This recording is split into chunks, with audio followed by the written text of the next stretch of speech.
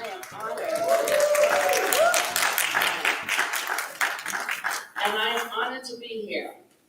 Join with all of you as a part of the Congressional Black Caucus Foundation 51st Annual Legislative Conference.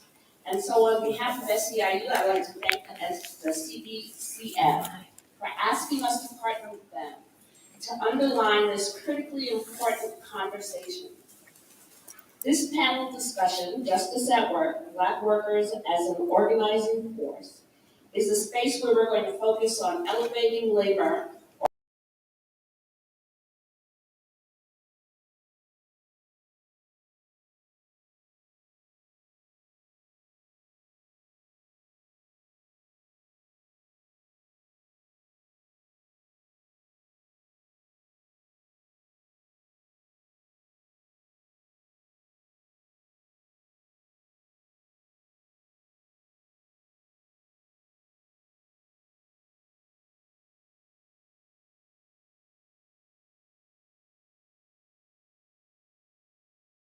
majority Black and brown.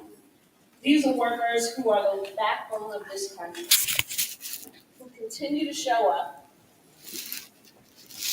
on the front line. Whether it's the pre-pandemic, pandemic, or post-pandemic, the economy has exposed some harsh realities. Throughout time, Black workers have kept our economy running. And alongside that work, some of the best organizing has been happening, led by Black workers, like the very panelists joining us today. They are prime examples of leadership and power that has kept this momentum of the labor movement growing. For this next hour, and as long as we can, we're going to lift up Black workers. We're going to recognize that Unions for All is the solution to a strong economy for every worker, no matter where they work or what they look like. And we're going to continue to build power and win justice through Black workers organizing.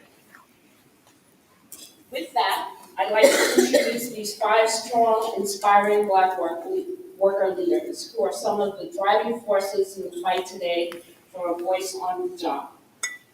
LaShonda Barber, an airport. This looks better if I put my glasses. LaShonda Barber, an airport worker who's a driver for an American Airlines subcontractor from Charlotte, North Carolina.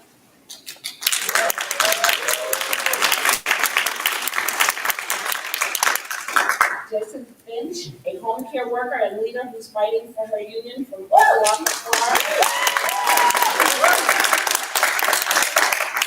Terrence Wise, a fast food worker and a veteran fight for 15 and a union leader from Kansas City, Missouri. Jason Sexton, a former Starbucks worker, Workers United member and leader who's newly formed his union from Augusta, Georgia. Skip Miller, a local union president with Colorado Winds, who also represents state workers.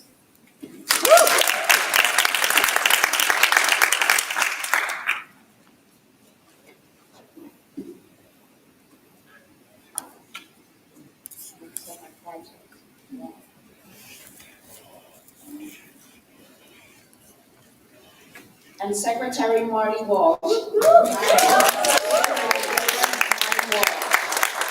to be hearing from all of you all today. Thanks to all of you for being here, for traveling long distances to represent a nationwide movement that's enacting broad change in our workplaces. I'll let these bold and decisive leaders on our stage speak for themselves about their unified demand for respect, protection, and pay. But as a leader within SEIU myself, I stand with them, and I want to emphasize that heading into the midterm elections, we're doubling down on those demands to make sure that candidates and elected leaders show up as champions for racial, economic, and workplace justice, centering our Black and brown workers. We expect elected leaders to use all the power they have to make it easier for millions more workers to build strong industry-wide unions. And without further ado, we get to hear from a very important elected leader whose role in government plays a huge part in labor rights for the care and service workforce. Please welcome our special guest, United States Department of Labor Secretary Marty Walsh. Thank you very much. I want to just start by thanking all the panelists for the incredible work you do every day. I get a chance in this job as Secretary of Labor to go around the country and speak to employers and the union and members and all of that. And just thank you for what you do. Thank you for what you stand for. Thank you for continuing to fight every day, whether it's organizing Starbucks, whether it's fighting to raise the minimum wage, or fighting for just basic rights for people on the job site. So thank you for it. Lisa kind of framed the conversation a little bit. We are living in a very unique moment in history and time. We're coming out of a pandemic, which wreaked havoc on our society, both on our businesses and our workers and our communities. We think about as we rebuild, when President Biden took office back in January of 2021, 10 million people basically were out of work. And fast forward now, those people are back to work, industries have recovered fully. When you look at the unemployment rate in the United States of America, it's 3.7%. We should all be proud of that and happy with that. When you look at the black unemployment rate in the black community, it's 6.4%. The story of inequities, we're talking about changing the workplace, changing the hours, changing the work conditions, we're talking about changing salaries, people quitting jobs, going for better jobs, all of that stuff. We're talking about empowering workers to join unions, allowing that opportunity. But we have to be really focused on and more intentional in the black worker. Quite honestly, and this isn't just me saying this to say it to get a clap. It's about the reality of the situation of where we are today in the country. I have some amazing people from my office that I work with every day at DOL that are here with us, and we talk about the issue of how to empower black workers more. One way of doing it is by unionization. One way is by job training, workforce development. I spent 16 years as a state legislator, 7 years as mayor of the city of Boston. I can't tell you the amount of policies that were put in place, including the Department of Labor. The time for policy is moving on. We have to go beyond policy. We actually have to implement more implementation now. Yeah. We have an opportunity with the infrastructure bill. We have an opportunity with the Inflation Reduction Act. We have an opportunity with the CHIPS bill. We have an opportunity through apprenticeships, through job training, through unionization, to give people opportunities to get into good-paying middle-class jobs and continue to build the middle class. When I hear industry saying that we can't find workers, well, I can take you to Harlem in New York, I can take you to Roxbury in Boston, I can take you all across the south side of Chicago, I can take you all across America, I can show you where workers are and where black workers are looking for opportunity. So I look forward to the panel discussion today. Let me just, a couple things that we've done at the White House. The Vice President chaired the White House Task Force on Worker Organizing and Empowerment, the opportunity to empower and help organize more workers in the United States of America. Organizing meetings in the White House we had with workers. What was amazing, we met with a bunch of Starbucks workers and Amazon workers and other workers who just organized their company. And they weren't talking about wages, they were talking about opportunities for people to get into better respect. And I'll just say this too, there's a myth, reality of the situation that unions are only for white people. And we have to make sure we continue. Now, the stage here looks very different, but not every stage in every union looks like this. And we have to do more to make sure that unions reflect our communities and that they're more intentional reaching out there. So that's what we're doing. That's what we're doing at DOL. I look forward to the conversation today. I'm going to stop talking there because I'm rambling, and I know we really came to hear the speakers here. In particular, Lisa said the women are going to get, the women can speak at the stage, if I heard you correctly, with no time restrictions. And I heard you correctly, all right?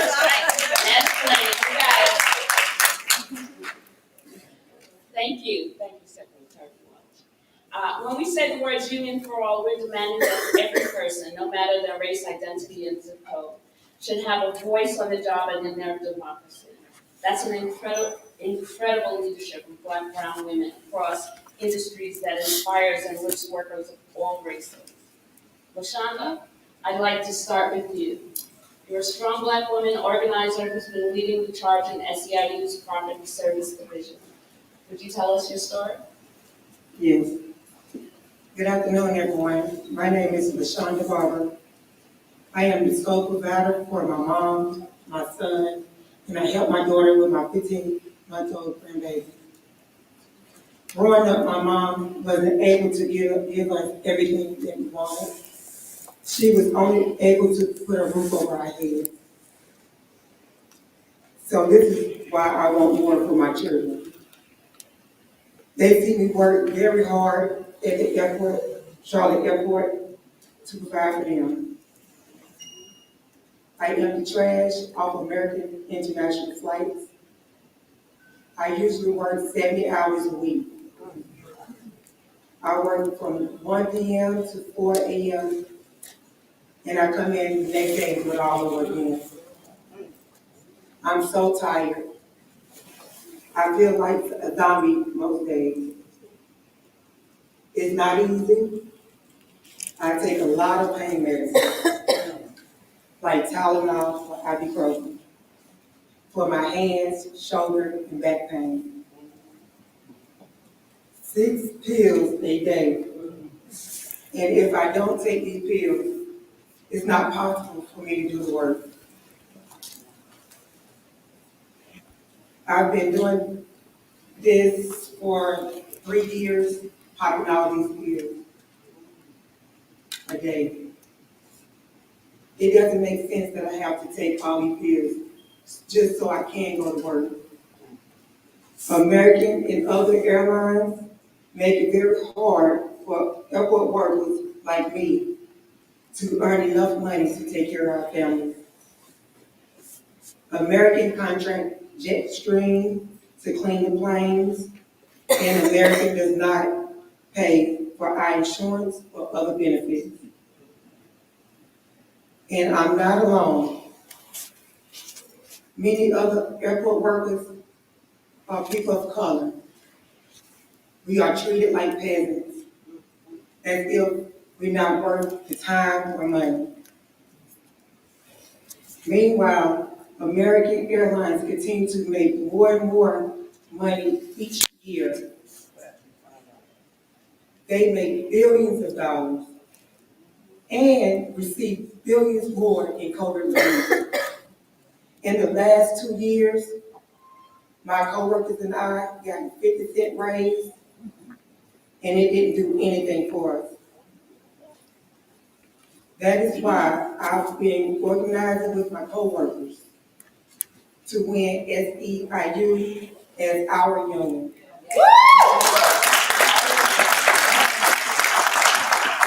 And encourages lawmakers to pass the Good Job for Good Airport 2022 Act. Without workers, the airport won't run. That's right. When we have a union, the company has to respect us, protect us, and pay us.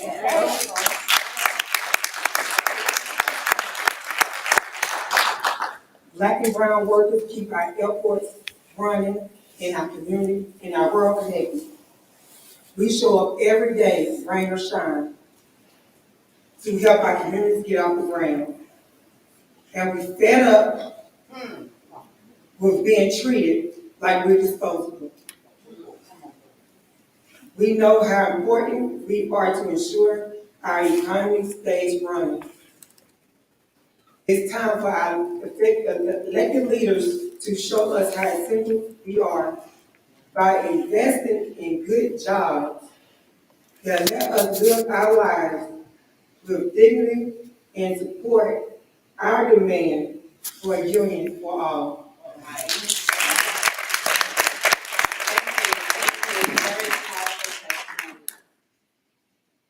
Justin, you've been actively organizing in Florida.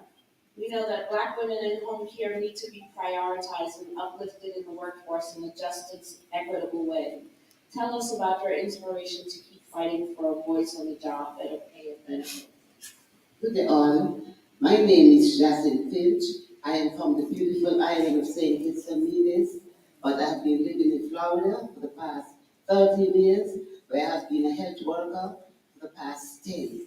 I am 63 years old, and I do 2 jobs, working 81 hours per week.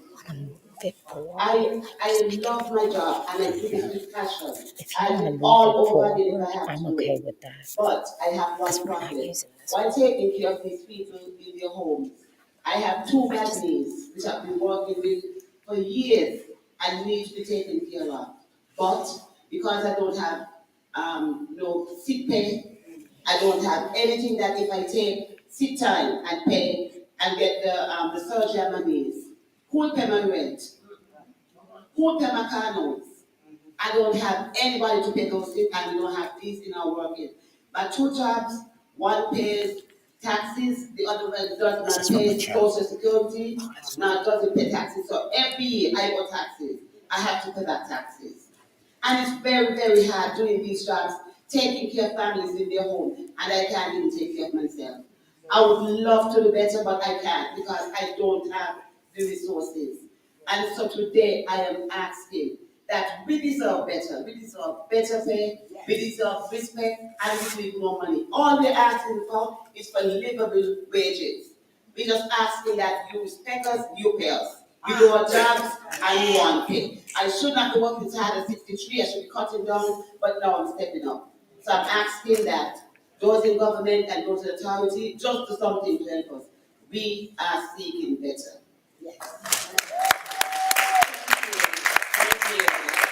We know it's important that we build strong unions in the South, and we thank you for the work that you're doing. Secretary Walsh, a question for you. You've witnessed what's been happening in this long-term care fight, and how an investment in home care can create good-paying union jobs that will lift up Black women, who make up the vast majority of the home care workforce. What do you think it'll take to make a once-in-a-generation investment become a reality for workers like Johnson? Well, first, I think it's going to take respect of Congress and the Senate to pass legislation that we had the bill that was Build Back Better that was moving forward to the Congress that was going to make a major investment in our healthcare system. I think when I think about the healthcare system and making investments, it's not just about making investments in the actual care of the patients. It's respecting the workers. Where we saw, one of the areas we saw hit the hardest during the pandemic was healthcare workers that left the workforce at a large number and still haven't come back. And part of it was because of the challenges workers had not being respected. I know SEIU in particular has organized drives all across the country for care workers and the cares economy, for healthcare benefits and maybe some pension benefits, 401ks. But we really need an investment. We need a national investment. We're going to need a national investment in that because that industry has been underfunded for so long that the money's not there. So it has to. And then not just that, but even to get into those industries, if you're a person of not a lot of means, you can't get into the top-notch places because your health insurance doesn't cover you.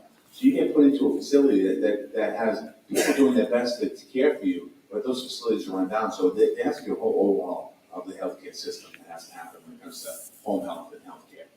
Yes, I agree. Hey, can I just say something else too about the airline industry? The airline industry needs to step up and respect the rights to workers in the back of the house. I mentioned this earlier, when I was the mayor of Boston 32BJ, had organizing drives going on at Logan Airport to get back of the house the services to clean the planes and bring the catering to the planes. Those airlines do make a lot of money, and if they're listening, they need to respect their workers because those workers that clean the plane and load the plane with food are just as important as those workers that fly the plane. Yes, we agree. We definitely agree, and maybe we should do something about getting for-profit out of healthcare.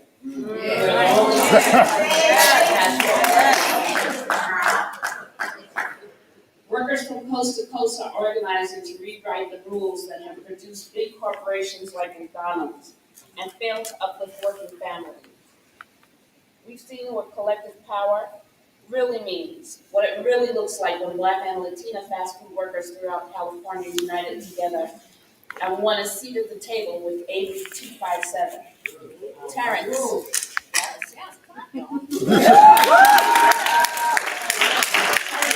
for 15 in the union is coming up on its 10th anniversary this year. Tell us about this historical context of this movement. Sorry. Definitely. This is Terrence.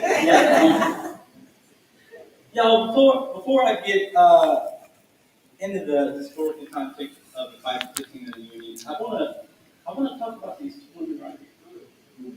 I see a lot of my mom and LaShonda, a lot of my grandmother. I didn't know she was 63. That's how old my grandmother was when she passed away, my grandmother. But I can remember y'all getting on a plane from Kansas City coming up here, and I had a window seat, and I looked out the window in Kansas City, and I saw a black woman working on the tarmac with the signs waving the plane in and doing that work. Thought about you. Then landed here in Washington, D.C., and another black woman pulled a cart up to the plane next to ours, then hopped off and helped the fellow unload the bags off. Thought about that great. That's the kind of work my sister LaShonda does at the airport. And even thinking about going to the nursing home when I was 12, that was 31 years ago. Don't do the math yet.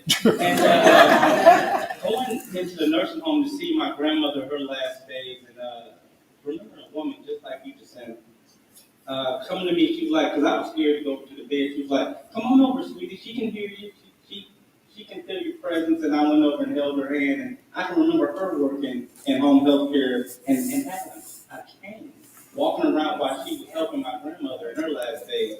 And that reminds me a lot of you know. And Miss Lisa said it best, y'all, in her opening, we can't have economic justice without racial equality as well. And I can remember with Stand Up KC in the Fight for 15. Y'all remember Mike Brown, Ferguson, Missouri? Yes. We went over there and staff workers, leaders in the Fight for 15 in the union, and we were marching in Ferguson. And I can remember reporters asking us, well, y'all fighting 15 union, why are y'all here? And I was like, because I can't win 15 in the union and then go home and be shot dead by racism. We got to have both racial and economic equality.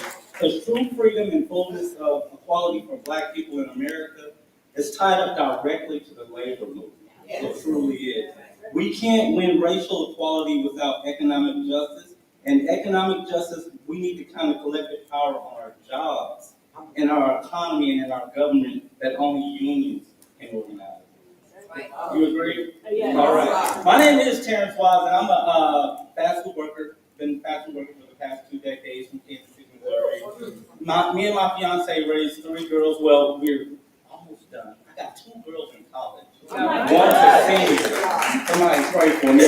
But when we started organizing, these little girls were 9, 10, 12. One of them wants to be an organizer. She's taking political science and all that good stuff. I said, that's not a good paying job. You're not going to be rich organizing. She just wants to help folks. So I'm glad she was able to grow up in the movement. But before I can tell my story, y'all, I got to talk a little bit about my family and the generations before me.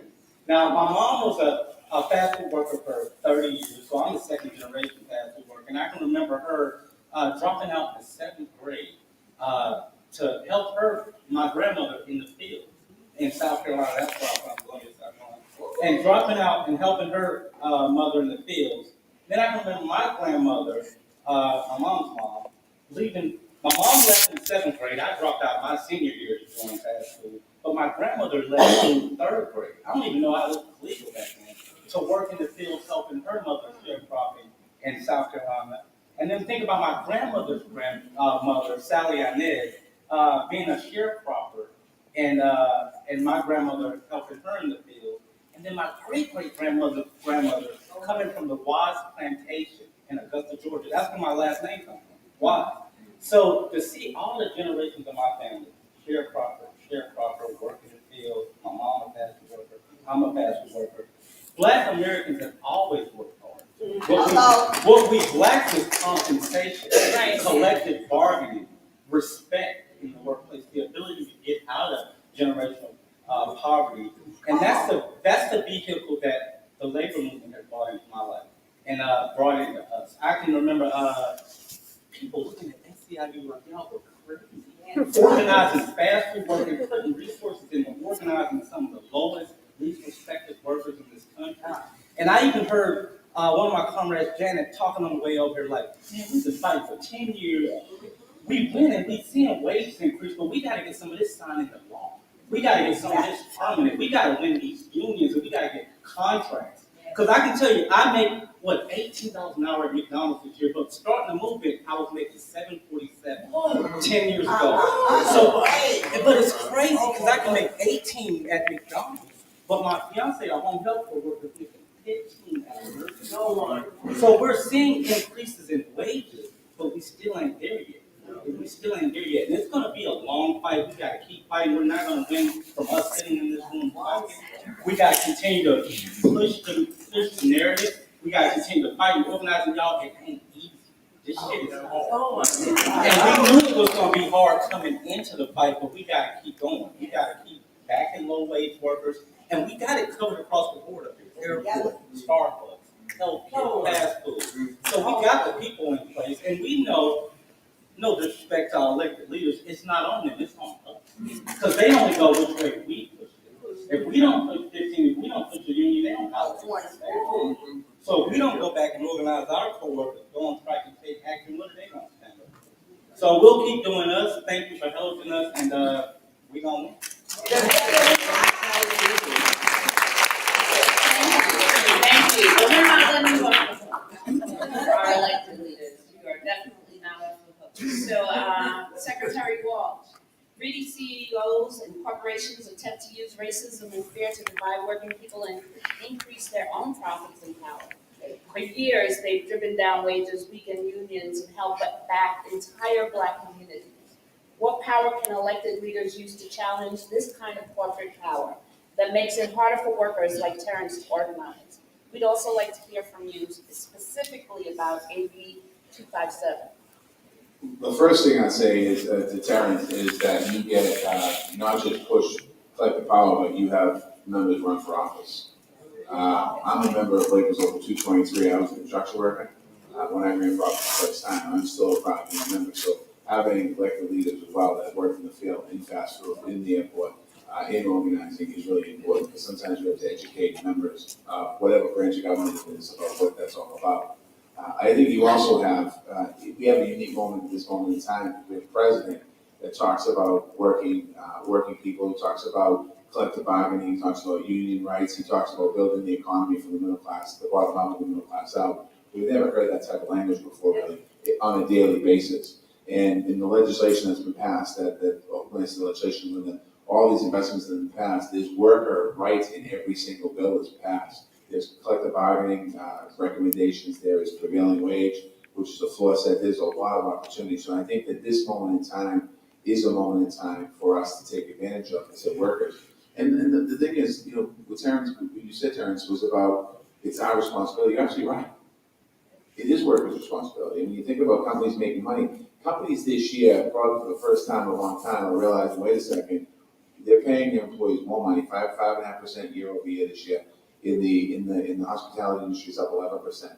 That's never happened before. People have the ability to leave a job and go to another job and get more money in that job. That's why McDonald's raised their minimum wage up over last year. That's why Taco Bell raised the minimum wage. That's why Starbucks and other places raised the minimum wage, because they couldn't get employees to go work in these places. So last year they all started to get more money because, wait a second, we're competing with other businesses now. We can't get our folks. So I think having to continue to put the pressure on companies and have people like me, I'm not elected official anymore, I'm an appointed official. But when I'm on TV, I talk about the ability, people's right to join the union, people's right to get treated fairly, treat your workers fairly, treat your employees fairly. I think that has a lot to do with it. But I'll also say this, and maybe not so much for SEIU, but I think unions have to change their ways as well. I think union leadership, we have to start thinking, because you can't be, it's always not about us versus them, because if it's us versus them, sometimes you don't get a seat at the table. And sometimes what we have to do is force our way into a table to understand, explain to CEOs what it is, what a union really is. Because unions are afraid of, CEOs are afraid of unions because of whatever reason they're afraid of unions. But sometimes there has to be a vested interest, a relationship there, that if the company, if the hospital, if the airline, if the fast food place, wherever it is isn't going well, then they're not going to hire people. So we have to get more conversations at the kitchen table, not the kitchen table, the corporate table, with unions and corporations sitting at the table talking to each other. And AB 257. Okay. Yeah, Oh, sorry, AB 257. I'm sorry, I was thinking the state capital, I was thinking Washington. Anytime we get legislation, see, the thing is, I come from a state like California, Massachusetts, we raise the minimum wage for people now, we have paid family leave, we have all that stuff, and I think what has to happen is, hopefully, the sick pay, hopefully what we can do is get more legislators. First of all, get more legislators to think that way, but to be quite honest with you, I think the federal government, and I'm not going to get into politics here, I think the Congress and the Senate have an opportunity here to do some amazing things and pass legislation that goes across the country, so that the workers in California are treated differently than the workers in South Carolina, and the workers in Massachusetts are treated the same as workers in Florida. So we have to do more of that, and I think that that's where we have to do it. So I think the Congress folks that might not be here today, can you hear me? The Congress folks that might be across the hallway, but you have staff there today, understand that the workers are demanding more out of all of us, including me as Secretary of Labor, that we do more of that. So I think California, Massachusetts, and a few other places passing good laws is great, but we need a national law to make it work. Thank you. Jason, you can really speak from firsthand experience about the barriers you face in the workforce. Please tell us your story. Hey, y'all, I'm Jason Sexton. I'm from Atlanta, but I currently work and live in Augusta, Georgia with my wife and daughter, turning 2 on Saturday. I worked at Starbucks for 3.5 years as a shift supervisor. And, we were inspired by what was going on in Buffalo, New York. The unionizing taking place there, the organizing taking place there. And, we started having conversations about, if it's possible. At our store. And so I, being the person who has the most tenure as the shift supervisor there, I decided to look into it. We started in January. March, we went public with our union fight. Our manager was fired 2 weeks, 1 to 2 weeks after we went public. That store manager was a very well-liked store manager, very well-liked. And then once they fired him, they brought in an interim store manager who started the union busting tactics.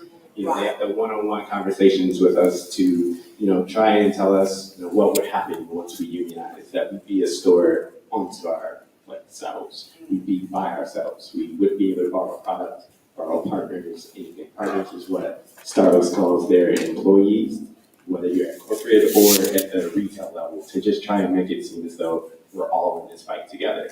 But I can tell you we're not. My coworkers, we are the ones producing every single day. You see the district manager, she may come in, store manager may come in, but they're not behind that line making those drinks, making those coffees for all of the customers that come through who may or may not appreciate the work that you're doing.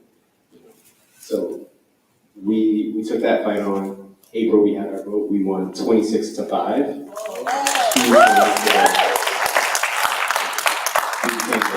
First store in Georgia, second in the South to win their union election. From then on, once we got that interim manager, they started doling out so much punishment and retaliation for those actions. It used to be a thing that, you have 5 minutes to be late, 2 minutes, and it's a write-up now. Starbucks is one of the only places that I've worked at where you can't curse. It's actually in their policy. I'm 32 years old. I am a disabled veteran. I was in the Coast Guard. I have a sailor mouth.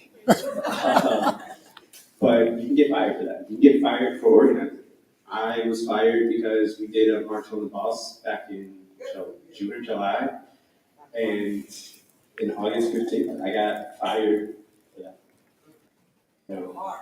This is the reality at Starbucks. You can be racist. You can say racist comments at Starbucks. You can be a sexual harasser, a sexual assaulter, working at Starbucks and still continue to have a job. My ASM, assistant store manager, they actually sexually harassed 2 of my coworkers. They just moved that person to a different store. I talked to people at that store and they said that it's happening there too. But I got fired for fighting for my coworkers, for our rights, to be respected, to make better pay, to have better training, and it's baffling. But what can we do? We're working with a National Labor Relations Act from 1935, which was weakened in 1947 with the Taft-Hartley Act. That's what we're working with. It's 2022. Most of these businesses now that we're working for either weren't around or they've gotten so big that they know how to skirt those laws. Starbucks immediately hired Littler Mendelsohn to be their union busting law firm. I actually had to talk to people from Littler Mendelsohn, and why? I'm requesting information from my company, from my district manager, but I'm getting directed to Littler Mendelsohn. Prolonging bargaining, and now Starbucks wants to come to the table, but you're still leaving out the union. So this is the fight that we're doing, and to go back to my firing, again, I was fired August 15th. that day I got word from my coworkers that they thought they were all about to get fired. Because there's this real fear in my store right now that at any given moment, they're either gonna fire us all and shut the store down. And they're showing that they can do that because it's happened to at least 16 others. And so we need a new labor act. It needs to be modernized to work in today's time with these companies that have billions of dollars at their disposal. Thank you. Secretary Walsh, I'm not gonna ask you if you're gonna give us a new labor act. I would love to. But let me just touch upon that. You know, elections have consequences. And when you talk to elected officials or candidates like I was, talk to them about what is important to you. And let them know the need for, it's not just about passing all kinds of laws, it's also policy. And policy has consequences to that. And there are challenges right now, and, in the Build Back Better legislation, and actually before that, the president filed a bill, the PRO Act. And in the PRO Act, if that PRO Act passed Congress, it passed the Congress, if it passed the Senate, it would have major positive consequences for labor rights for people. It would abolish basically right to work in the United States of America. It would give people the opportunity. It would stop companies' intimidation tactics that they use today to bust a union or to stop a union from being formed. That wouldn't happen. There's also a Public Employee Pro Act, which helps the public sector as well, public sector unions. And right now the bill is in the United States Senate. It needs 60 votes to pass. It probably doesn't have the 60 votes to pass it. But you think about like the labor laws that are in existence. You're absolutely right. You're absolutely right, the history of the labor movement. And when you look at those elections, the parallels of those elections, you had, majority in one party, and then in the 40s, you had the majority on the other side, and those laws got overturned. So they do have consequences. And people don't always think about it. You think about your elected officials as personalities, and they're much more than personalities. They're about setting policy that's going to impact working class people for decades to come. And when you think about the Black community, you think about the inequities that you have in the Black community. I'm not talking about the workers up here who are fighting for you. I'm talking about workers that are in the world right now, in the country, that are working, that don't think anyone's fighting for them. Even though there's 5 champions on this stage fighting for them every single day, they might never see them, never hear from them, never talk to them, but it's doing that. So it does matter. It does matter. And it's important to have these conversations. It is important to have these conversations. But it's also important for you to tell your stories. Thank you for that. Thank you. Skip, as president of Colorado Wins, please talk to us about what Black leadership looks like in the union. We also want to hear from you about how unions are the solution to fixing the broken economy and ways to bring about fundamental change through unions. Thanks, Lisa. I want to go back to my roots, which are in Black Detroit, and I emphasize that because there are 2 Detroits, and that has always been a problem. And my generation, my parents' generation, actually were of the Great Migration, so they came up from the South to work at the factories in Detroit because they were good union jobs, and they were jobs that they would not have even dreamed of having had they stayed in the South. And so I am a beneficiary of that because they were able to buy their own homes. They were able to send us to schools back when we valued public schools. You know what I'm talking about? And so I was able to move forward in a way, that they weren't able to. So I bring that experience with me to my job as president of Colorado Wins. That's a valuable component that wouldn't be there if I wasn't there. So, Colorado Wins, we represent 28,000 state employees. We're from all corners of the state. We come with different beliefs. We come with different experiences. But what we do is we all work together because we have to, and because that is the way that you achieve things. And how do we do that? We do that through educating our members. Because in this country, we do not do a good job of educating ourselves about our history. And because of that, we think that the way things are is just, it came about naturally. It did not. It was designed. And so it's going to take major effort on all of our parts in order to change it. You know, we have to grow out of the system of racism and inequity. And that's what we do as a union. We push for that for members in our union. The way we can do that is we look at everything that we do through the lens of equity, right? We know that we have members, black and brown and women, who are 15% behind their white coworkers, even though they have the same experience, the same job, the same education. And this is not ours. This is the state's actual demographic information. So they know there's a problem. And so when we go to the table to bargain, these are the issues that we push forward. You know, these things need to be dealt with. And so we have that kind of effect both in the workplace and in our communities. One of the things that we had in our contract this time around was, well, actually two things. One of them was a pay equity study that we had wanted to have commissioned. We helped choose the company that did the study so that we know the information that came out was accurate. And we are using the information that comes from that pay equity study to go in our negotiation for wages, because we're at the bargaining table right now. I actually stepped away just to be here because I thought this was so important, you know. But yeah, we are doing that for. One other thing was we pushed for Juneteenth as a state holiday, right? And that was actually an item in our contract.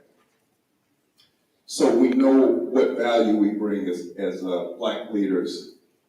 But I want to do a call to action here.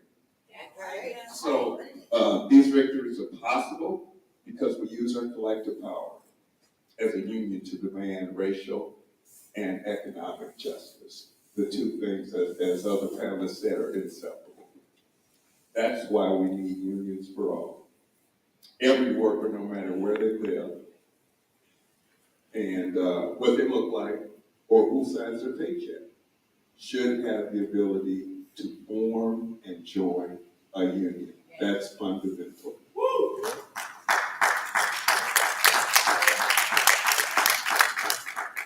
And what we expect of our elected leaders is that they should be fighting beside us for that, right? If we put in the effort to elect and show up, we expect the same. And that's how we build a just and inclusive future for all of us. All right? Thank you. Thank you. Secretary Walsh, can you tell us what can the Department of Labor innovate and implement that's worker-centered policies that will lift up our Black community? First off, we created a policy, Good Job Initiative, and at the core of that initiative is equity, and we're working across the government, across the federal government, to make sure that as we're creating jobs, we're creating equitable, good jobs across the board for women and communities of color, making sure that that's there, so that's implemented now. We're using that as a tool to really think about these investments from all this legislation, infrastructure, the CHIPS bill, all those bills, number one, number two. We also started we have a website now to show people how there's a lot of interest in joining unions, and we're showing people how to join unions. And it's work at, what's the website? It's Worker Organizing Resource and Knowledge Center. So the work center, so I'll give you that website, so anyone who's watching or hearing about this or wanna know, everyone in this room already knows, because you're here at a forum on SEIU, but people that do not have a connection to union, workers that are doing the Starbucks stuff, taking out right now, we're not connected to SEIU yet, how do we do it? You go to, DOL.gov/worker center, and that can help you get to how do you form a union, number two. And number three, quite honestly, we're looking for our workforce development grants, our job placement grants, our pre-apprentice grants that we're putting out there, and we're putting components in that. We want to see the outcomes out there, and we're expecting to go into communities of color, into black working areas to make sure that people get opportunities. I mean, we had a conversation, in my past life, in the job I had, the unemployment numbers were the same. The white community was less than the black community unemployment. And you think about it, actually, quite honestly, in some cases, the black unemployment rate in Boston at one point was double digits, where the white was 3.6, 3.4%. We brought those numbers down a bit, but we're at a moment in time where we actually can make a difference. And we have to make a difference. And we think about the worker shortages. People talk about worker shortages. We have 11 million jobs in America open right now. We have 5 million people open for those jobs. A big part of those jobs are workers of color, and particularly black workers. People should be able to get into better paying jobs. And you shouldn't have to work 2 and 3 and 4 jobs to get by in your life. You should have to work one job. That one job should be enough jobs to get you by. But we have to continue to create opportunities and pathways into those good paying jobs. So we are doing a lot in the Department of Labor. We're doing a lot across the federal government as well. There really is a change in the federal government when it comes to workers of color and black workers. There really is a change. And we haven't had this type of excitement in a long time, and I think we have to pick up on that. And I agree with the workers that all the panelists today, you all said it in a very different way. You need to continue to put pressure on elected officials and appointed officials to let them know what the reality in the street is. Thank you. So we're nearing the end of our discussion, and I want to hear from everyone. What does justice in the workplace mean for you? Shonda?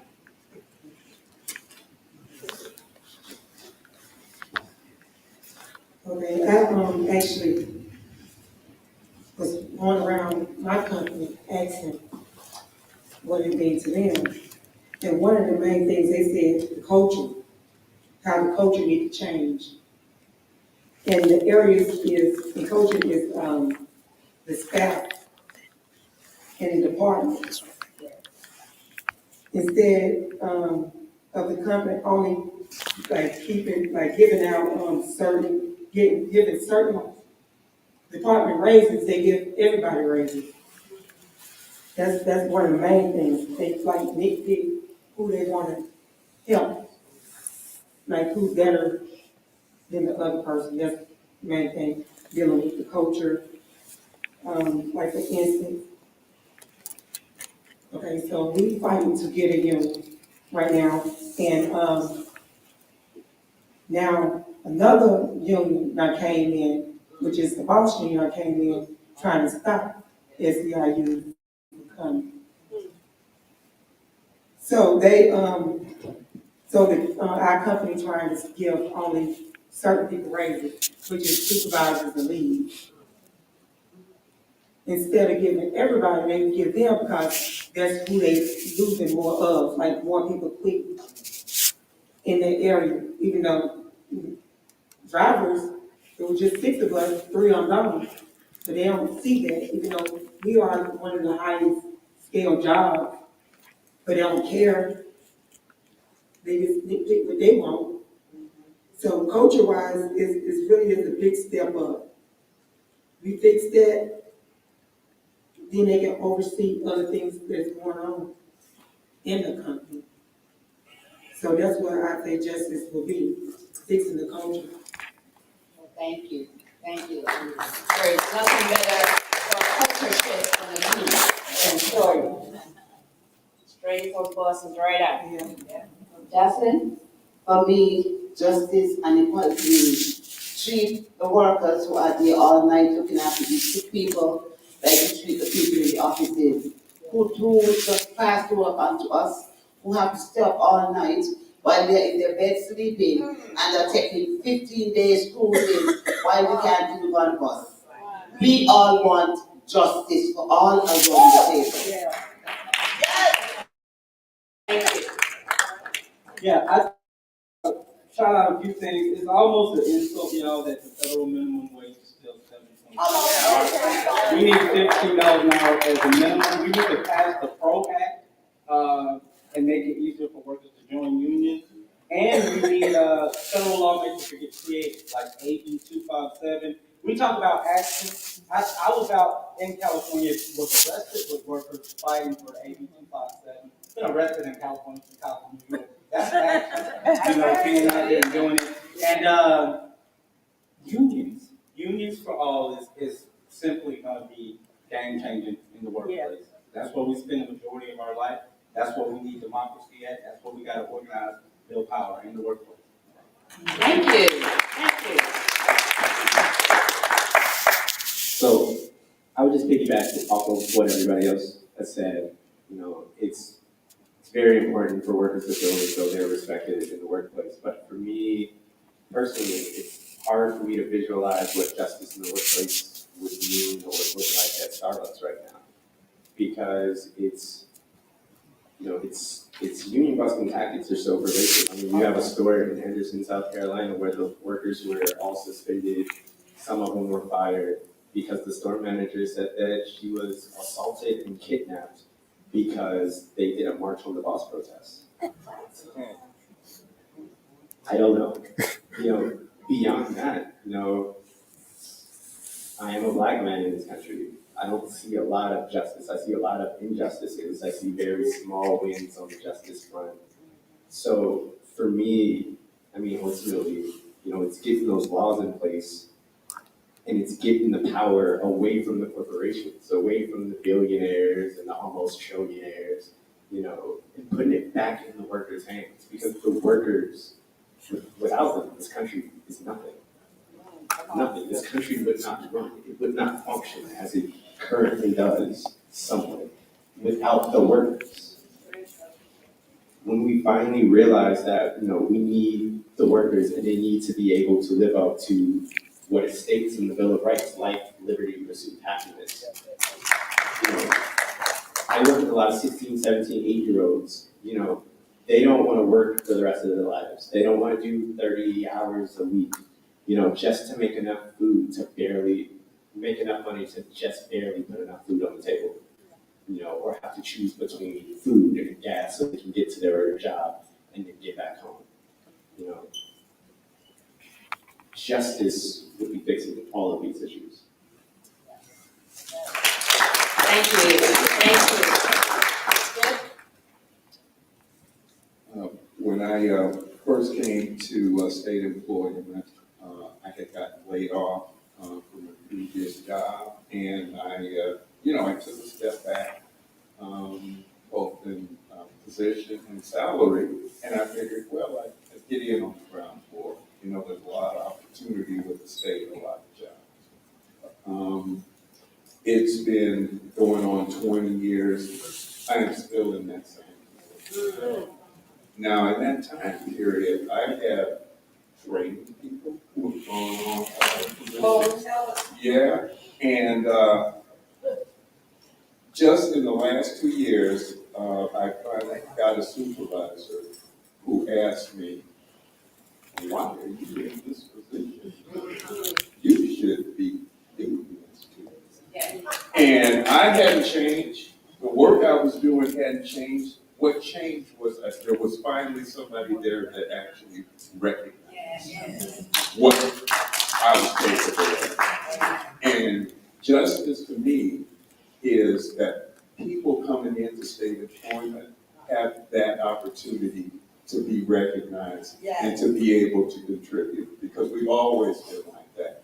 We have always managed to exceed expectations in spite of the situations that we found ourselves in. It should not be that hard to just simply contribute. So that's my goal, to see that not become a factor for young people of color coming after me. That's what I work on. Thank you. Thank you. Secretary Walsh, would you like to add to that? Yeah, I just, for me, it's about respecting people's right to join a union. It's about, and recognizing not just people's right to join a union, but negotiate with those folks to get a contract. It's about respecting people's rights to earn a good wage and raise a family, have benefits, and healthcare, have dignity and respect, have the ability to be able to retire with a pension or a 401k, have the ability to respect workers completely across the board. And I think that some companies are seeing that today. I mean, there's a whole bunch of other things, sick leave and paid family leave and all the things we can add to that. But when we think about corporate America, those companies are successful for a reason. They're successful for a reason because they came up with an idea, but that idea has been carried out by their employees that make them successful. Whether it's an airline or it's a big packaging company, a delivery company, or it's a coffee shop or whatever it might be. And honestly, I think that we're at an inflection point in our society. We're at an inflection point in our society where we have to continue to fight for people to be respected in the job site. We shouldn't have to do that, but we do. And I think that, again, this panel today, every one of your stories is compelling. You all have a story. And your story is not just about your story today, it's about your past and family too. And, and I'm proud of my family's past, but they come from another country, I'm proud of that. And I'm never gonna run away from that. And we just need to continue to take this story and this fight to the world and let people know what we have to do. And I can guarantee this to all the workers up here, as I mentioned in the beginning, I'm a proud union member. When I ran for mayor of Boston, I was criticized for being a union member. And we went back to my headquarters thinking about how we can handle this, because they're saying I can't run the city. And I said, I'm gonna wear it with a badge of honor, and if I win, I win, if I lose, I lose.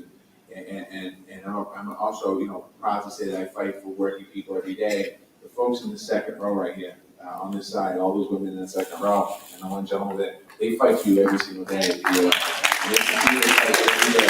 And we're gonna continue to fight every day. So, it's respect. Thank you. Thank you. Well, we're coming to a close now, and so I would like to thank all of you for coming and showing your power and letting us hear your voice and understand the struggles that are going on, that we are willing to do work. We have always been willing to do work.